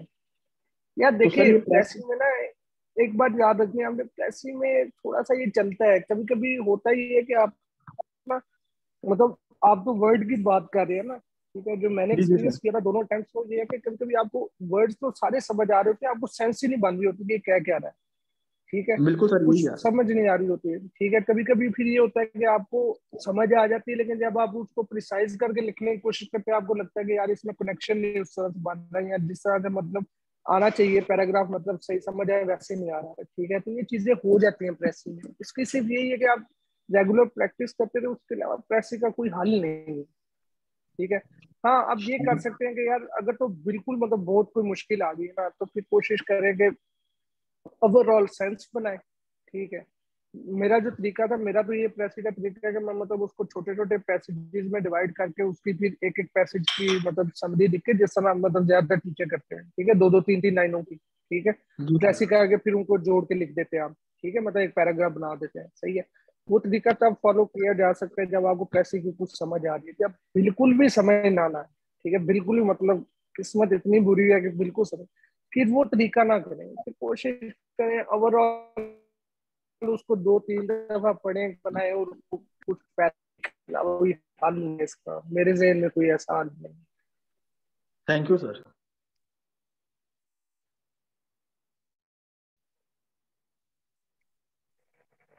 हेलो, सर अस्सलाम आवाज आ वालेकुम। रही है आपको? हेलो। वालेकुम अस्सलाम। सर जी जी जी। आईआर के हवाले से अटेम्प्टिंग टेक्निक्स सर काइंडली बता दें पेपर की, IR1 और IR2 दोनों के हवाले से। यार आईआर का चक्कर ये है आप कि जो हमारे वाली दो अटेम्प्ट ना, मेरी थी 2019 और 2020 के ना, ठीक है। 2019 में उसने बिल्कुल लो स्कोर दिया था और 2020 में उसने काफी अच्छा स्कोर दिया था। अब मेरे साथ इशू ये है कि मैंने दोनों दफा मतलब एक ही तरीका रखा था, लेकिन स्कोर का फर्क काफी ज्यादा था। तो अब इसमें उस तरह नहीं है, लेकिन मैं आपको बता देता हूँ मतलब कि क्या जो आईआर का तरीका ये है यार, उसमें भी सबसे पहले आपने ये कोशिश करनी है कि जो चॉइस ऑफ क्वेश्चन है ना, ठीक है, कोशिश करना कि अगर तो प्योर कोई आईआर का सवाल आ गया ना, जैसे वो थ्योरीज पे सवाल दे देता है आईआर की पार्ट 1 में, ठीक है, मतलब कोई भी थ्योरी रियलिज्म पे या कुछ भी दे देता है, कोशिश करना वो अटेम्प्ट लाजमी करना, सबसे पहली बात, ठीक है। दूसरी बात, जो दूसरे सवाल है ना, उसमें आपने थ्योरेटिकल पर्सपेक्टिव लाजमी देना, ठीक है। कौन सवाल अब किए और शुरू हो गए, हमने नहीं पूछना इतने सारे सवाल पूछ रहे हैं। कह रहे ना हमारे अपने हिस्से के तो ये सारे सवाल माइक पूछ म्यूट कर रहे दिया, हैं, माइक इतना म्यूट सारे। करने। अरे एक बच्चे, मेरा एक सवाल रह गया, वो ये कि अगर कोई सवाल ना हो तो उससे कैसे करें। मैंने तो मैडम कभी बाद में सवाल कर लीजिए। जो सवाल रह जाए तो वो तो नहीं होता होता आपसे, वो तो रिजल्ट के बाद आपको पता चलेगा कैसे करना है उसको, उसका तो कोई हल नहीं।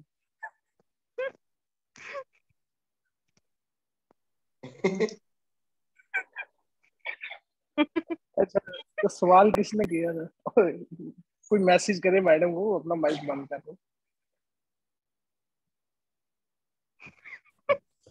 सर काइंडली IR2 के हवाले से सर बता दीजिएगा।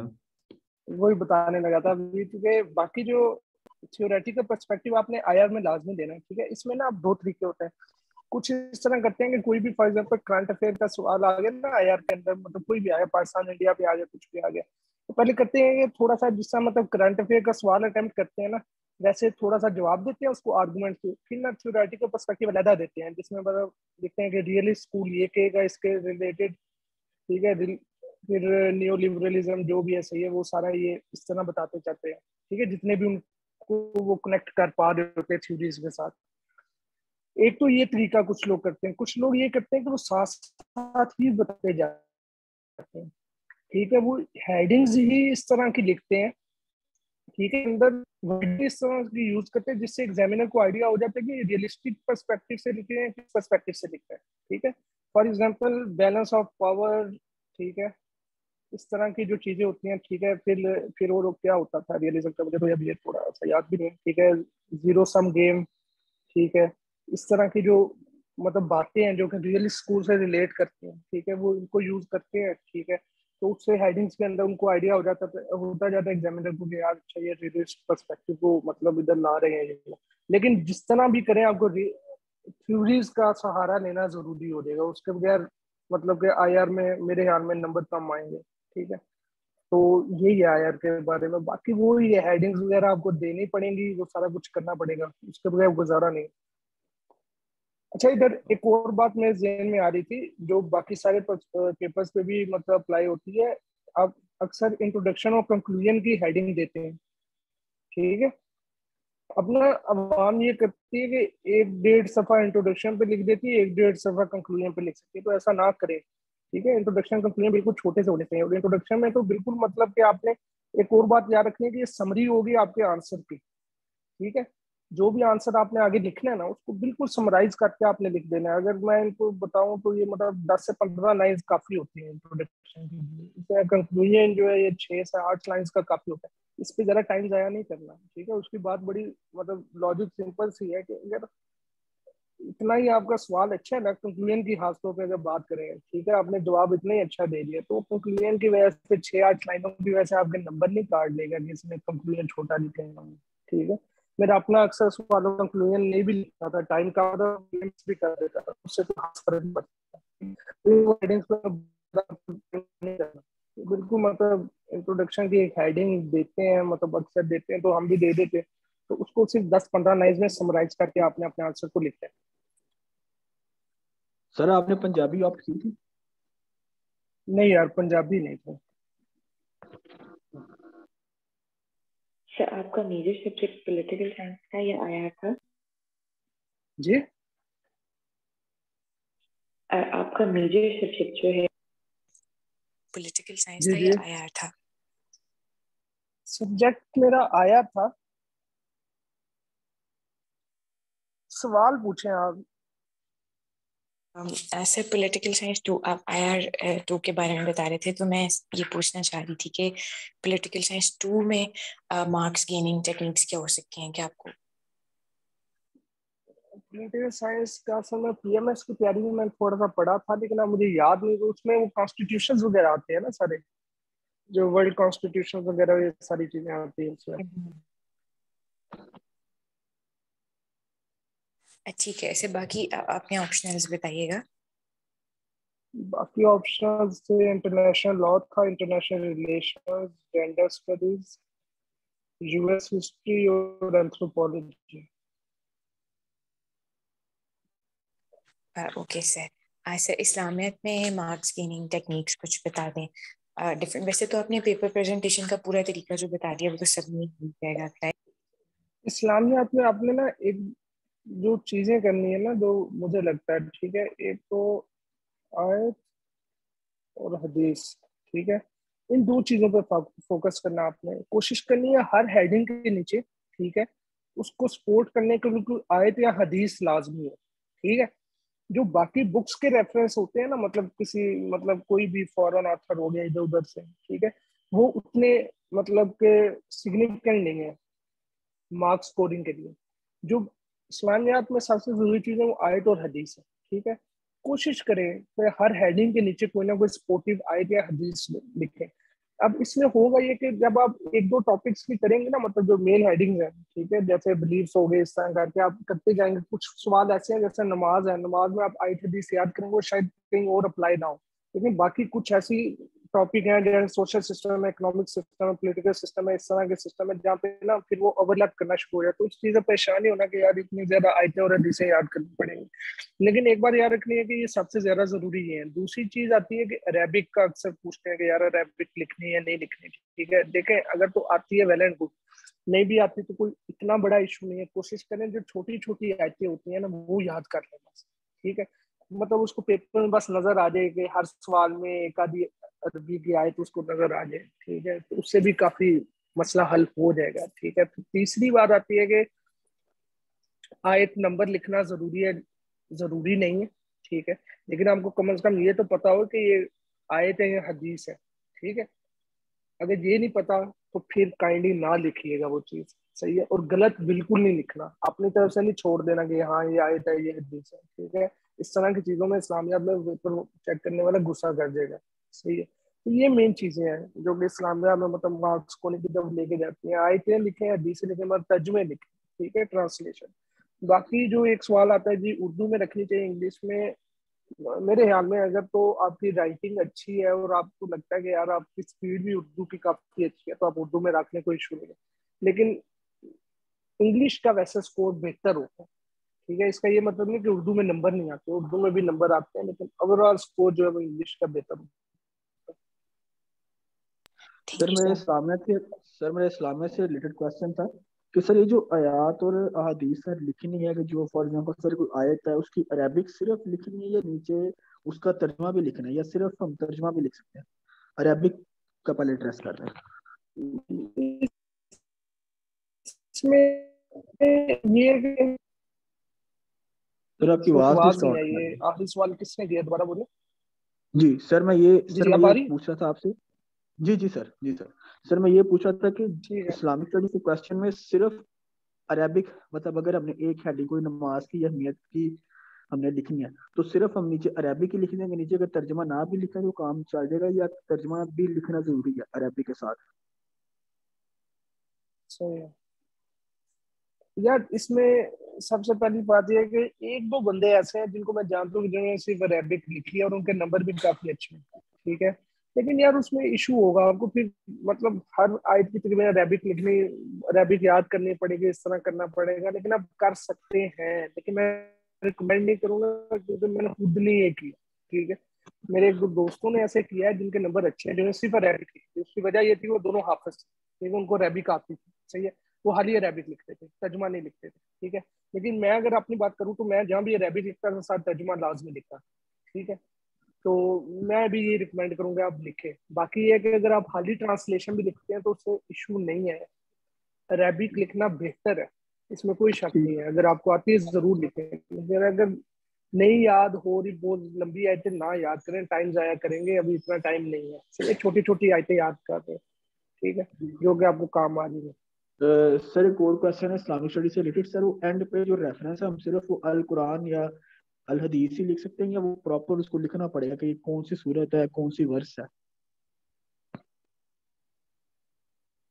ये मैंने पहले भी बताया आपको, अभी बताया कि लिखना जरूरी नहीं है, हाली अल कुरान अल हदीस से चल जाएगा। अगेन अगर आपको याद है तो बेहतर है, अगर नहीं याद तो कोई इतना बड़ा नहीं इशू सर, नहीं ये है, ठीक है। सर यही चीजें तो भूल जाती हैं सर, बाकी जो याद हो रहा था ये भूल जाता है कि कौन सा था और कौन सा।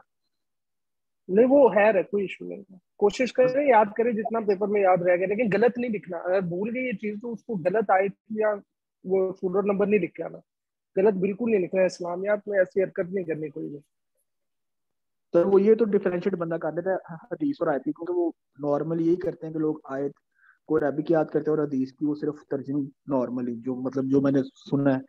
बाकी सर ये चीजें भूलती हैं, इसलिए मैंने कहा कंफर्मेशन कर लूँ आपसे। ये आपने किधर से सुना मेरे भाई, ऐसा नहीं होता। मतलब अरेबिक तो मर्जी है ना, मतलब वो तो हदीस कौन सा उर्दू में थी, ठीक है, वो भी तो ट्रांसलेट हुई है ना, सही है, तो वो तो आपकी मर्जी है, उससे फर्क नहीं पड़ता। सर प्रेसी में जो सिनोनिम्स हैं, पैरोनिम्स हैं और जो इडियम्स हैं, वो आपने 100% उनको मेमोराइज किया था या 80% किया था या 50% किया था?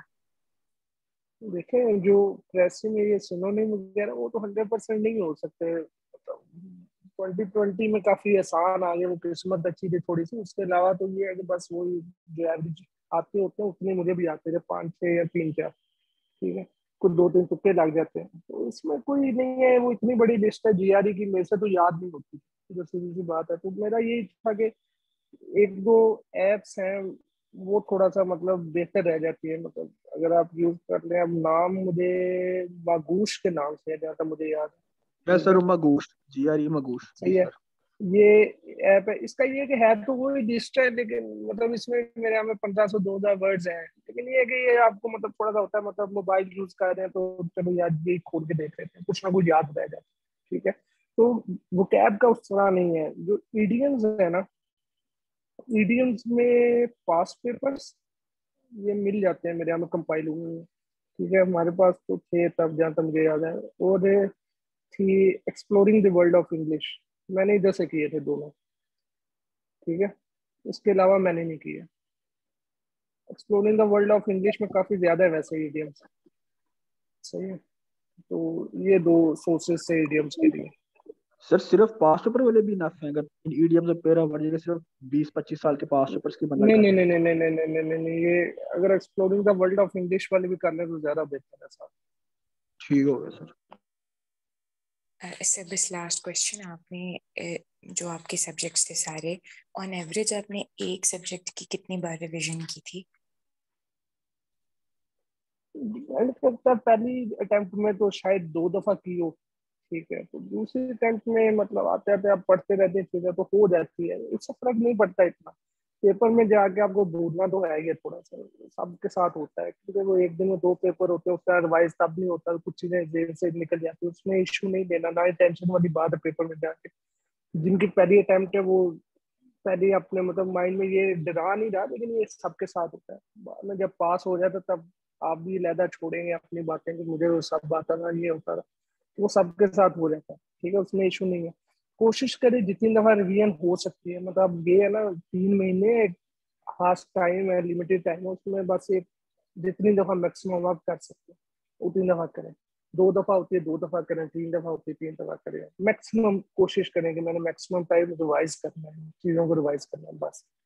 इसके अलावा पेपर तो वो है थोड़ा सा, बस अपने आप पे थोड़ा सा कंट्रोल रखें, तैयारी पे यकीन रखें, हो जाएगा इंशाल्लाह। Thank you so much sir, thank you so much. Sir आप अपना भी बता दें कि आप कितने पेजेस पे लिखते थे आंसर? यार पेजेस का इस तरह मतलब आइडिया किस तरह दूं, 7 साइड्स आप कह सकते हैं कि एवरेज मतलब जो था वो 7 साइड्स, ठीक है। 7 साइड्स मतलब पेजेस नहीं है ये, ठीक है। मतलब 3.5 पेजेस कहने, ठीक है। 7 to 8 चाहिए। अब इसमें ठीक है। फर्क पड़ता है थोड़ा सा, कभी कभी मतलब सवाल 9 साइड्स पे चला जाता है अगर बहुत अच्छा आता हो, लेकिन वो बात के टाइम को जेन में रखना है, ये नहीं है कि टाइम। तो ये इसमें आप ना ये कर सकते हैं। अब प्रैक्टिस के दौरान ये नहीं सोचना, लेकिन पेपर में आप ये कर ले, ठीक है। पेपर में होता ही है कि वो आपको एमसीक्यू का पेपर देगा ना, एमसीक्यू को ज्यादा टाइम में जाया करना, ठीक है। जितने आते हैं चुप करके लगा दो, साथ वाले को ज्यादा नहीं आता होता, ठीक है। पूछने की जरूरत नहीं है, ठीक है। जितने आते हैं लगा के 5 से 10 मिनट में, ठीक है, ये पेपर कर लो। साथ साथ सब्जेक्टिव पेपर दे देते हैं, सही है। मेजोरिटी तो दे देते हैं, मैंने कभी सुना नहीं कि ना मिलेगा, ठीक है। लाहौर में मैंने दिए थे, तो लाहौर में तो सारे दोस्तों को मतलब यही होता था, डिफरेंट सेंटर्स में थे कि यार मिल जाता है सब्जेक्टिव पेपर, पूरा सब्जेक्टिव पेपर स्टार्ट कर दे, कोई मना नहीं करता, सही है। कोशिश करेंगे जो हाँ ये 15-20 मिनट बचाए है ना आपने इधर से, ठीक है, 15 मिनट से, इसमें ना आउटलाइन बना दो, सही है। ठीक जितने सवाल करने हैं ना उनकी आउटलाइन बना दो और फिर शुरू हो जाए, ठीक है। अब इसमें आपकी स्पीड है, लेकिन रेलिवेंट रहते हुए मेरे यहाँ में 7 to 8 पेजेस काफी, sides, sorry sides, 7 to 8 sides. ठीक है सर। और मार्जिन लाइन लाजमी लगाइएगा, मार्जिन लाइन तो वो लाजमी तो लगी लगाइएगा। हुई नहीं होती पहले से। एक साइड पे नहीं लगी होगी ना, लगा दे, कोई इशू नहीं है। 5 मिनट अच्छा। पहले पहुंचे, 10 मिनट पहले पहुंचे सेंटर में, 5-10 मिनट में तैयारी तो अच्छी नहीं होती, चलो बंदा सुकून से दुआई कर ले जा। सर मेरा मेरा आपसे ये क्वेश्चन है कि समटाइम्स हमें किसी क्वेश्चन की डायमेंशन समझ ना आ रही हो, तो उसके लिए हम क्या करें? वो ना करें सवाल, उसके अलावा तो उसमें ऑप्शन नहीं बचेगा उस तरह। अगर कभी कभी ये होता है कि आपको मतलब अगर आते ही 3 सवाल हैं, ठीक है, जो कि मेजोरिटी दफा यही होता है, मतलब ज्यादा दफा यही होता है, सारे के सारे 4 सवाल हर पेपर में नहीं आते होते, ये बात सारे याद रखिएगा थोड़ा सा। मतलब अब कोई मतलब नेगेटिविटी नहीं फैला रहा, लेकिन ये होता है, सबके साथ होता है। जिनकी बहुत अच्छी तैयारी होती है उनके साथ भी होता है, मेरे साथ ये हुआ है दोनों अटेम्प्ट्स में। अक्सर पेपर होते हैं जिसमें आपको मतलब जिससे इन्होंने बात की, सबसे पहले तो कोशिश करेंगे यार कम से कम उस सवाल को बिल्कुल ना छेड़े जिसकी बिल्कुल समझ नहीं आ रहा, ठीक है। अगर तो ये कि यार थोड़ा सा सवाल समझ आ रहा है, ठीक है, एक आदि उसमें एक्सपेंशन में कोई सवाल जो आप 7 सवाल पूछा जिसकी थोड़ी सी समझ नहीं आ रही, तो वो रिस्क लिया जा सकता है। अब इसमें भी 2 स्कूल ऑफ थॉट्स है, कोई कहता है कि ऐसा सवाल तीसरे नंबर पे करना चाहिए, कोई कहता है चौथे नंबर पे करना चाहिए, इससे कोई फर्क नहीं पड़ता मेरे ख्याल में। आप तीसरे पे करें या चौथे पे करें, ऐसे मैं एंड पे ही करता था उसको, ठीक है। तो ये अब आपने डिसाइड करना है, ठीक है। उसमें ये है कि बस फिर कॉन्फिडेंट हो के मतलब कि झूठ बोल रहे हैं, सही है। उसमें फिर ये ना उसको दें कि यार मुझे सवाल नहीं आता। फिर अगर लिखना है, थोड़ा सा रिस्क लेना है जो कि लेना पड़ता है, तो उसमें हेडिंग्स भी जिस तरह पेपर अटेम्प्टिंग बाकी 3 सवालों की वैसे ही रखनी है। उसको ये शो नहीं कराना कि मतलब मुझे सवाल आता नहीं है तो इसलिए मैं हेडिंग्स भी नहीं दे रहा या दे रही, ठीक है। तो उसमें भी वो सेम रख के जाने देंगे, इसमें कुछ नहीं किया जाएगा। वो अक्सर पेपर्स में हो जाता है, टू बी ऑनेस्ट, मतलब करंट अफेयर्स में अक्सर हो जाता है, सही है। पाक अफेयर्स इस तरह के जो पेपर है, ठीक है, उसमें अक्सर हो जाए, किसी भी पेपर में हो सकता है। तो उसमें फिर यही बचता है, उसमें कुछ हल निकलता नहीं है वहां पे। अगर तो आपको आगे वाले का पेपर कोई नजर आ रहा है तो ठीक है, कोई अच्छा पॉइंट मिल जाए तो ठीक है, लेकिन जरूरत नहीं है अपना जितना आता है उतना कर देना। Sir, I have a question. जी जी पूछो।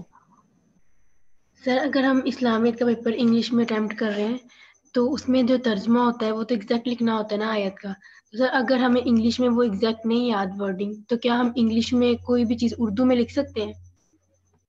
ये उर्दू में ना लिखे, लेकिन उसको थोड़ा सा मतलब कर दे, अपने वर्ड्स में लिखने थोड़ा सा, उससे फर्क नहीं पड़ता। ट्रांसलेशन थोड़ी सी अपने वर्ड्स में कर ले, लेकिन मतलब वही रहना चाहिए, मतलब नहीं बदलना चाहिए, ठीक है। मतलब वही रहे, थोड़ा सा अपने वर्ड्स में कर दे तो कोई इशू नहीं पड़ता। उर्दू में नहीं लिखना, ये गलत हो जाएगा थोड़ा सा, इसमें ऐसा नहीं करना कुछ।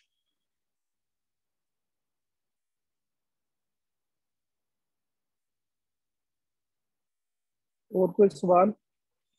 Sir current affairs, Pakistan affairs, IR वगैरह में सर आपने मेन क्वेश्चन की सर कितनी मोस्टली हेडिंग सब हेडिंग्स दी थी आपने, इंट्रोडक्शन और क्रिटिकल एनालिसिस और कंक्लूजन को छोड़ के? यार इसमें ये चक्कर है कि हेडिंग इस तरह एग्जैक्ट तो याद नहीं, लेकिन कोशिश करेंगे मतलब पैराग्राफ ज्यादा लंबा ना हो। ठीक है, जो पैराग्राफ है ना, ठीक है, अगर तुम मतलब एक पैराग्राफ आप लिख रहे हैं जिसके अंदर 3-4 पॉइंट्स हैं, ठीक है, उनको भी सब हेडिंग्स में डिवाइड कर दे। अब इस तरह याद नहीं, लेकिन मेरी आदत ये है कि मेरा पैराग्राफ ज्यादा लंबा नहीं होता था। मतलब अगर मुझे लगता था कि यार पैराग्राफ लंबा है तो मैं उसको हेडिंग्स में डिवाइड कर देता था नीचे, तो हेडिंग थोड़ी सी इस तरह ज्यादा हो जाती थी। सही है, आपने एग्जामिनर के लिए आसानी पैदा करनी है, उसको ज्यादा मुश्किल ना हो पेपर पढ़ने में वो सारा कुछ, तो उसमें जितनी ज्यादा हेडिंग्स होगी वो। दूसरी बात, जो क्रिटिकल एनालिसिस है यार, ये हेडिंग मैं नहीं देता था।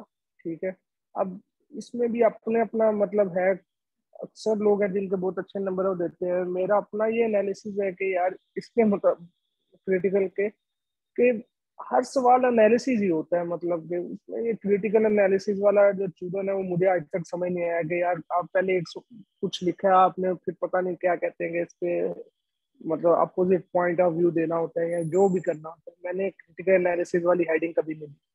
ठीक है, और ना ही मुझे लगता है कि इसकी जरूरत होती है। जब वो सवाल में कह रहे हैं कि एनालाइज करो या कुछ भी करो, या एनालाइज का वर्ड नहीं भी यूज कर, ठीक है, फॉर एग्जाम्पल वो कुछ भी आपसे पूछ लेता है कि यार क्लाइमेट चेंज जो है पाकिस्तान को बुरी तरह इफेक्ट कर रहा है, ठीक है, आप क्या सोल्यूशन देंगे? जब आप सोल्यूशन दे रहे हो आप एनालाइज ही कर रहे हो एक सिचुएशन को यार। ठीक है, तो वो मुझे लगता है कि यार जरूरत नहीं क्रिटिकल एनालिसिस के यार।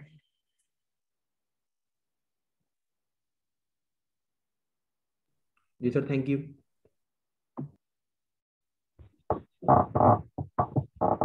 सर ऐसे की स्टेटमेंट के बारे में थोड़ा सा गाइड कर दें। जी जी, थीसिस स्टेटमेंट के बारे में थोड़ा सा बता दें, आपने लिखी थी और अगर लिखी थी तो उसकी एग्जैक्ट प्लेस क्या होनी चाहिए? थीसिस स्टेटमेंट मैंने 19 के अटेम्प्ट में लिखी थी, वो ऐसे फेल था। 20 के अटेम्प्ट में नहीं लिखी थी, वो ऐसे पास था। अब आगे आप लोगों की मर्जी है, लेकिन मैं रिकमेंड करूंगा कि लिखें। ज्यादातर लिखते हैं तो आप भी लिखें। मेरे से उधर बैठ के बन नहीं रही थी वो 20 के अटेम्प्ट में। सही है, थीसिस स्टेटमेंट तो मैंने उधर यही फैसला लिया कि इसको इग्नोर करते हैं। Okay sir, thank you. ऐसे का एक बात याद रखिएगा, ऐसे में बहुत ज्यादा आपकी मतलब लक मैटर करती है। आप बस ये कर सकते हैं कि रेलिवेंट रह सकते हैं, ग्रामर स्पेलिंग वगैरह ये गलतियां अवॉइड कर सकते हैं, उसके अलावा कुछ कर नहीं सकते। ठीक है, तो ऐसे में बहुत ज्यादा मतलब आपको मिलेगी। आप किसी से पूछे हो कहेगा यार थीसिस स्टेटमेंट के बगैर ऐसे पास नहीं होता, कोई कहेगा कि अगर कोटेशंस ना लिखें तो ऐसे पास नहीं होता। तो ये अपना अपना है। मेरे ख्याल में तो मतलब हर तरह से ऐसे पास हो रहा है, उसमें कोई इशू नहीं है। Okay sir. और कोई सवाल?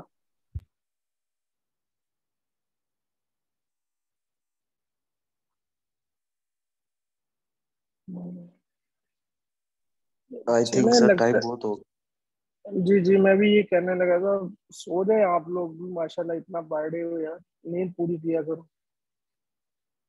बाकी ये कि थोड़ी सी जर्नी ऐसी ही होती है सीएसएस की, थोड़ा सा लगता है हाथों पे जो टाइम है, मतलब नवंबर स्टार्ट होने वाला, आप सबको ये लगेगा कि आपकी तैयारी बिल्कुल भी अच्छी नहीं है। ठीक है, फिर आप साथ वालों को देखेंगे आपको लगेगा उसकी तैयारी बहुत ज्यादा अच्छी है, उससे टेंशन मजीद डबल हो जाएगी। ठीक है, तो ऐसा नहीं सोचना। तैयारी सबकी एक जैसी होती है, मोर और लेस वही किताबें हैं जो सब पढ़ रहे हैं। ठीक है, कोई भी हम में से कोई इतना बड़ा फिलोसफर है नहीं, अगर इतना बड़ा कोई फिलोसफर होता तो ये पेपर ना देना। सही है, तो आप सब लोग बस अपने जेल में थोड़ा सा ये रखें, जितनी मेहनत हो सकती है उतनी करें। ठीक है, बाकी जहाँ तक ये है, ख्यालात आते रहेंगे पेपर से, हफ्ता पहले भी आएंगे कि यार तैयारी अच्छी नहीं है, अगली दफा अटेम्प्ट दे देंगे, तो यकीन माने अगली दफा भी इसी स्टेज पे आप बैठे होंगे और ऐसी ही तैयारी होगी।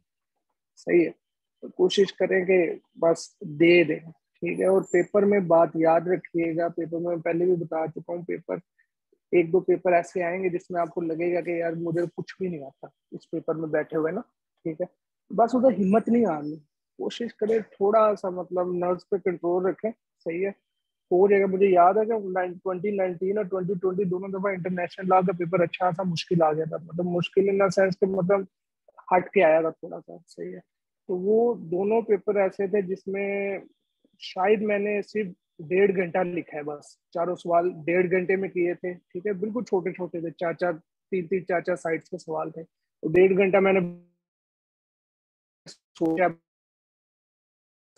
टेंशन आ जाती है, ठीक है, लेकिन आपने बस उधर थोड़ा सा अपने ऊपर कंट्रोल रखना है और पेपर पूरा करना है।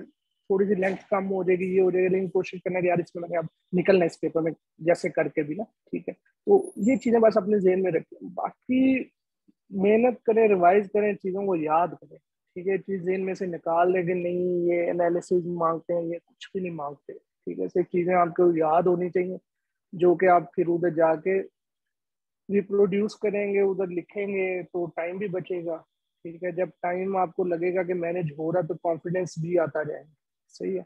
और बस यही है, तो जो चीजें उम्मीद करता हूँ कि यार कुछ ना कुछ आपको काम आएंगी पेपर से, ठीक है, बाकी दुआ है कि अल्लाह आप सबको कामयाब करे।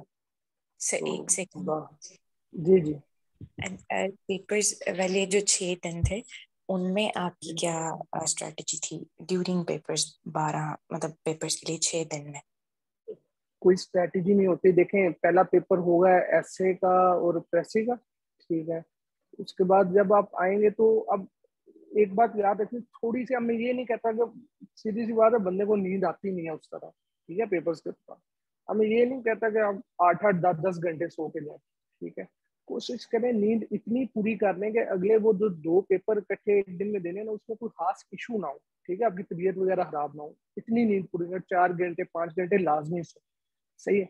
पहली बात तो ये, दूसरी बात ये है कि अब यही होता था कि आप घर जाके मतलब आप जाते हो, फॉर एग्जाम्पल 5 बजे पेपर शायद खत्म होता है तो आप 6-7 बजे तक जाते हो, तो वो यही होता है आप एक पेपर तब रिवाइज करते हो, एक सुबह थोड़ा सा उठ के और जो पेपर के दरमियान होता है उसमें करते हो, ठीक है। अब ये आपने डिसाइड करना किस पेपर की आपको लगता है कि रिवीजन की ज्यादा जरूरत है, जिसकी ज्यादा जरूरत है उसको घर जाके वो रिवाइज करें, ठीक है। बाकी भी वो जो घंटा 1.5 पेपर के दरमियान बचता है उसमें थोड़ा सा इधर उधर देख लें, कोई नोट्स है, शॉर्ट नोट्स है, उसके अलावा कुछ नहीं होता, ठीक है। दूसरी बात यह है कि एक बार याद रखिएगा, रिवीजन ना होने की वजह से ना पेपर्स के दरमियान तुम्हें 2 पेपर होते हैं उस तरह आप रिवाइज नहीं सारा कर पाते, आपको कभी कभी पेपर में कुछ चीजें भूल जाती हैं जो आपको आती होती हैं, आप सवाल शुरू भी कर लेते हैं लेकिन आपको कुछ चीजें जहन से निकले, वो नॉर्मल है, ठीक है, उसमें कोई परेशान होने वाली जरूरत नहीं है। याद आ जाए तो वेल एंड गुड, नहीं कोई एक आधा पॉइंट याद आया तो उस पर ज्यादा परेशान नहीं होना कि यार पता नहीं पेपर भूल रहा है मुझे, शायद मेरे साथ कोई इशू है, वो सबके साथ इशू होता है, ठीक है। तो यही होता है, उसके अलावा कोई खास स्ट्रेटेजी है नहीं है इसमें। Thank you so much sir, जज़ाकल्लाह। चले, अपना ख्याल रखिएगा, खुदा हाफिज। थैंक यू सर, अल्लाह हाफिज। ओके जी, एंड आप सबको आई थिंक कि कुछ ना कुछ समझ आ गई होगी सर। आज तो और जो बहुत कुछ समझ आ गया, आज चलो का अच्छी बात सेशन है। बहुत अच्छा मुझे लग रहा है आप सबों को नींद भी आ रही है। वी टाइम हैव भी ओनली काफी 19 people left। सर मैं अभी उठा चलें हूँ। ठीक है, अच्छा अभी उठे हैं आप, तो चलें हमारी तो सोने की बारी आ गई है। So that is it for today. I think paper तो अब मैं नहीं चेक करूंगा, आप लोगों ने बहुत ज़्यादा सुन लिया। पेपर वगैरह कल देख लेते हैं, फिर सुबह, ठीक है, आपके जो रह गए हैं। सो जो सर ने गाइडलाइंस दी हैं अब उसको दोबारा फॉलो करने की कोशिश करें, and again the same thing, same message के it is again a competitive exam, it is simply an exam, it is like nothing, it is not the matter of life or death, okay, don't make it like it, और इसको natural रह के करें जितना stress free हो सकता है, और एट द एंड मेरे नेक्स्ट सेशन को लाजमी प्रमोट करें, ठीक है। So it should be your obligation, आपका नेशनल जो है ना फ्रीजा होना चाहिए, तो नहीं, इसके अलावा और कुछ नहीं मैं कहूँगा। So that's it for today, okay, ठीक हो गया, हाफिज।